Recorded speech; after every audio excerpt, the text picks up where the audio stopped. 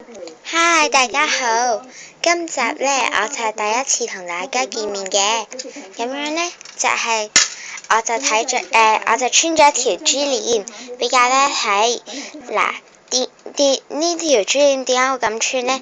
因為覺得佢好花巧，會覺得好靚，仲有呢粒珠呢係好大㗎，有大概咁大粒嘅，咁樣呢啲珠仔好容易買嘅啫，你可以去深水埗嗰度買。